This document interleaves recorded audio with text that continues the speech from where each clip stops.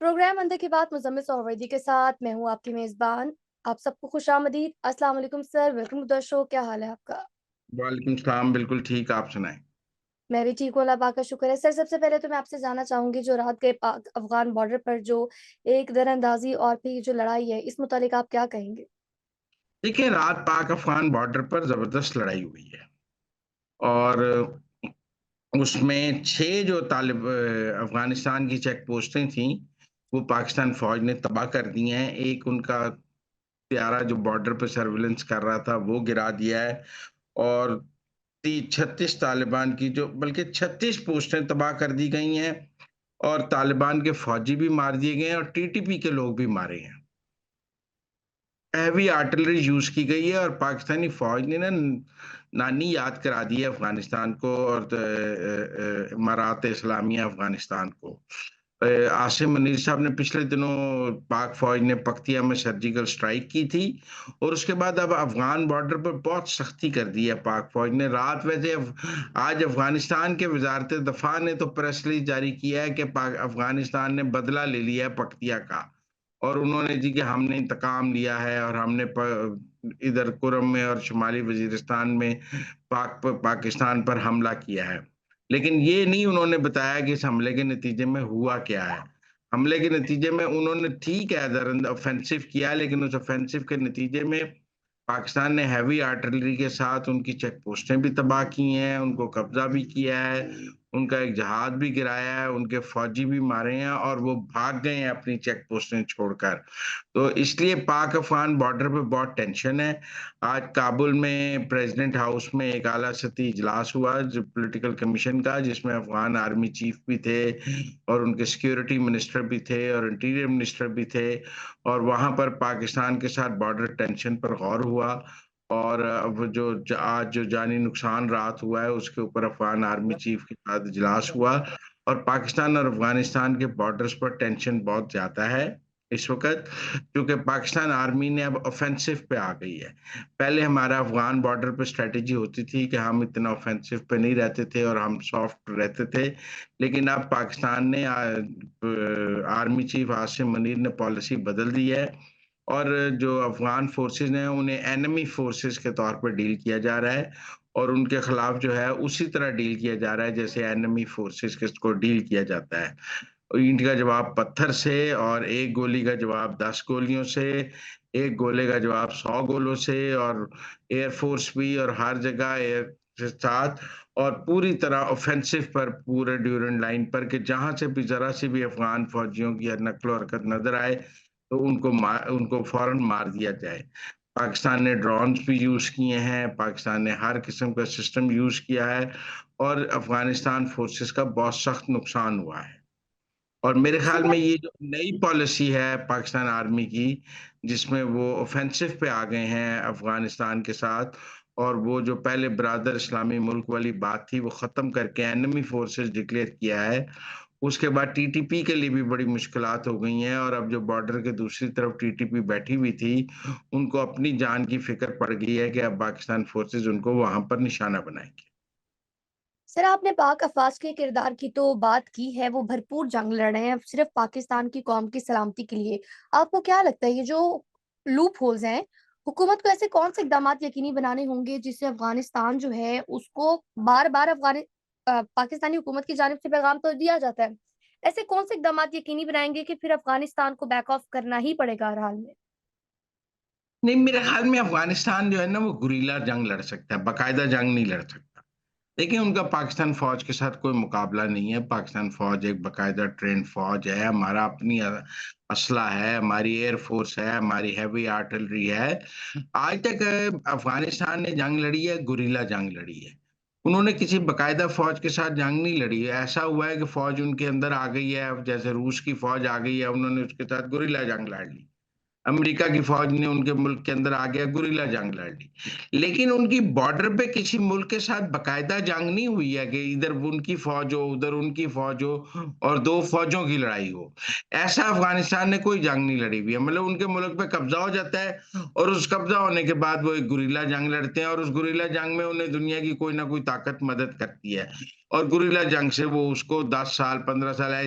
कोई उन्होंने रूस को 6 महीने में नहीं दौड़ा दिया था, कोई अमेरिका को 10 दिन में नहीं दौड़ा दिया था, दोनों ही 10-10 साल बैठे रहे और दोनों फौजें अपनी मर्जी से वापस गई हैं। रूस भी अपनी मर्जी से वापस गया और अमेरिका भी अपनी मर्जी से वापस गया। अब बेशक अफगानिस्तान वाले कहते रहे कि हमने रूस को भी शिकस्त दी, अमेरिका को भी शिकस्त दी, पर ऐसा नहीं है कि वो अपनी अपनी टाइमिंग पे देखे ना। अमेरिका अपनी टाइमिंग पे वापस चला गया, उसको इस खत्ते में रहने की मजीद जरूरत नहीं थी, को अफगानियों ने तो उसे नहीं निकाला, दोहा मुज़ाकरात के जरिए गया। इस तरह रूस भी ऐसे चला गया, कोई ऐसी बात नहीं थी।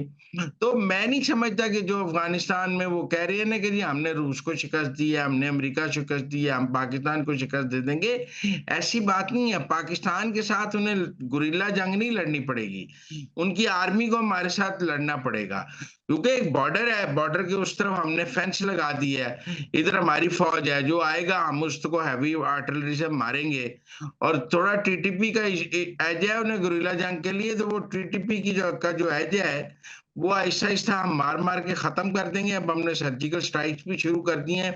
अब अफ़गानिस्तान के अंदर भी उनको सेफ हेवन्स में हम नहीं रहने देंगे। मैं नहीं समझता कि अफ़गानिस्तान की फ़ौज का कोई मुकाबला है पाकिस्तान की फ़ौज के साथ। पाकिस्तानी फ़ौज बहुत बड़ी फ़ौज है, बहुत ट्रेन्ड फ़ौज है और हम उन्हें आसानी से शिकस्त दे जी। सकते हैं। ये बात अफ़गानिस्तान को समझ है। वो गुरिल्ला जंग लड़ सकते हैं, बाकायदा जंग नहीं लड़ सकते। सर आगे हुँ। बढ़ेंगे, अब बात करेंगे कुरम तनाज़ा हल हो गया है, मुआहिदा तय पा गया है, तो आप क्या देख रहे हैं? अब अमन-ओ-अमान कायम होगा, दोबारा ऐसी सूरत-ए-हाल हम नहीं देखेंगे क्या? अच्छा, एक तो मुझे मजलिस वादतुल मुस्लिमीन की समझ नहीं आई। ये कुरम की सूरत-ए-हाल पे उन्होंने ना पूरे पाकिस्तान में धरने दिए हुए थे। पीटीआई के आप इत्तेहादी हैं, कुरम का मामला है, जाके गंडापुर के घर के आगे धरना दें, पेशावर वज़ीर आला उसके आगे धरना दें। वज़ीर आला के आगे पेशावर में धरना दें और मुज़ाहरा करें। कराची में धरना दिया हुआ है, लाहौर में धरना दिया हुआ है, जंग में धरना दिया हुआ है। भाई धरना देना है, पेशावर वज़ीर आला उसके सामने धरना दें। आपको समझ आ जाएगी कि धरना क्या होता है। चूँकि आपका इत्तेहाद है पीटीआई के साथ, तो आप उधर धरना देने की बजाय भी जो भी कसूर है कुरम में हुआ है, वो गंडापुर की नाअहली है, दवाइयाँ ना पहुँचने की वजह से 100 बच्चे मर गए हैं, ये किसकी नाअहली है? वो गंडापुर की नाअहली है। उसके अलावा वहाँ अमन-ओ-अमान नहीं है, गंडापुर की नाअहली है। धरना कराची में दिया हुआ है मजलिस वफ़ाक़िल मुस्लिमीन ने। भाई जाके वज़ीर आला उस गंडापुर के घर के बाहर धरना दो और वहाँ बैठ जाओ कि भाई जब तक अमन कायम नहीं करोगे, दवाइयाँ नहीं पहुँचाओगे, नहीं करोगे, हम नहीं उठेंगे।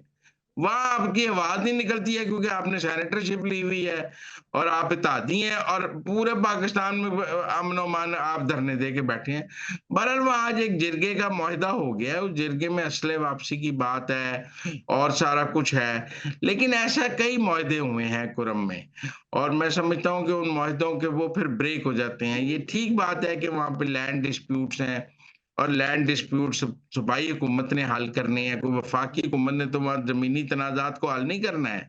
कोई मरी लैंड कमीशन है, उसके तहत हल होने हैं और दीगर मामलात हैं। लेकिन ये जो कुरम का मामला है, ये मुकम्मल तौर पे केपी की पीटीआई हुकूमत की नाअहली है। अगर वहाँ दवाइयाँ नहीं पहुँच सकी तो उनकी नाअहली है। देखें जब फ़ौज ने कहा कि अज़्म इस्तेहकाम ऑपरेशन करेंगे, तो आपने केपी असेंबली में तकरीरें शुरू कर दी कि हमें फ़ौजी ऑपरेशन नहीं चाहिए, हमें फ़ौज की कोई मदद नहीं चाहिए, हम खुद करेंगे अपने सूबे में अमन। तो अब कुरम में खुद अमन कर लेते ना, 1 महीने से लड़ाई जारी है, 500 बंदा मर गया है। बच्चे मर गए हैं, दवाइयाँ ना मिलने की वजह से बच्चे मर गए हैं। अस्पतालों में डॉक्टर नहीं है, रास्ते बंद हैं, सब कुछ वो कहते हैं 3000 तो ऐसे ओवरसीज़ पाकिस्तानी हैं जिनकी फ्लाइटें थी, जो वहाँ से नहीं निकल सके, वापस अपने रोज़गार पे नहीं जा सके। तो ये किसकी नाअहली है? ये गंडापुर की नाअहली है, पीटीआई की नाअहली है। मजलिस वातुल मुस्लिमीन जाके पीटीआई का सर फाड़े। मुझे अजीब बात लगी, कराची धरना दिया हुआ है, फलाँ जगह धरना दिया हुआ है। उधर गंडापुर के दफ्तर के बाहर उनसे धरना दिया नहीं जाता। बहरहाल ये जो अमन मुआहिदा हुआ है, मुझे ये भी देर पानी नज़र आता।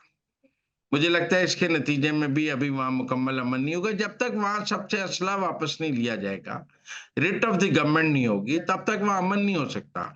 और रिट ऑफ द गवर्नमेंट के लिए सबसे पहले वहाँ पर असला खत्म करना होगा। 2 कबाइलियों की लड़ाई है, दोनों कबाइलों के पास बहुत अंधाधुंध असला है, एक-दूसरे के 100-100 बंदे मार देते हैं। वहाँ तो लाशों का तबादला होता है, मैंने आपके 20 मार दिए, आपने मेरे 20 मार दिए, चले आए 20-20 लाशों का तबादला कर देते हैं। तो आज एक अमन मुआहदा हो तो गया है। खैर अब बहुत देर बाद आप देखें ना जी, 24 नवंबर से 22 नवंबर से ये लड़ाई चल रही है। और जब ये लड़ाई चल रही थी तो उस वक़्त ये पे इस्लामाबाद पर चढ़ाई कर रहे चढ़ाई। थे। चढ़ाई कर रहे थे, तो आज 1.5 महीने बाद ये किसकी नाअहली है? ये जो वैसे वो कहते हैं इस्लामाबाद में गोली क्यों चलाई? भई कुर्रम में गोली क्यों चली? कुर्रम में लोग दवाइयों के बगैर क्यों मर गए? उन लाशों का ज़िम्मेदार कौन है? वो पाकिस्तान के शहरी नहीं थे, उनका ज़िम्मेदार क्या गंडापुर नहीं है? तो बहरहाल आप मैं अभी उस मुआहदे के हवाले से कुछ ज़्यादा पुरुम्मीद नहीं हूँ।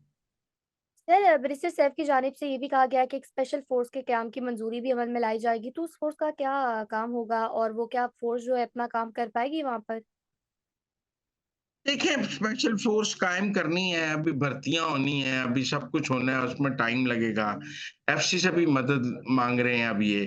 फेडरल गवर्नमेंट उनकी मदद कर रही है, पंजाब ने भी दवाइयाँ पहुँचाई हैं, वफ़ाक ने भी वहाँ दवाइयाँ पहुँचाई हैं, हेलीकॉप्टर सर्विस भी शुरू हुई है, लेकिन सब कुछ बहुत लेट हुआ है। आपको इस्लामाबाद पर चढ़ाई से फुर्सत ही नहीं थी। पहले दिन वहाँ पे फ़ौज तैनात करनी चाहिए थी, 245 लगानी चाहिए थी। आपने वहाँ फ़ौज तैनात नहीं की, सब कुछ नहीं किया और अब इतना लेट हो गया है कि बात आपके हाथ से भी निकल गई है। ठीक हो गया। तो नाज़रीन, ये थी आज के अंदर की बात। आपसे मुलाकात होगी अगले प्रोग्राम में, तब तक के लिए आप हमें दीजिए इजाज़त। अल्लाह ने के बाद।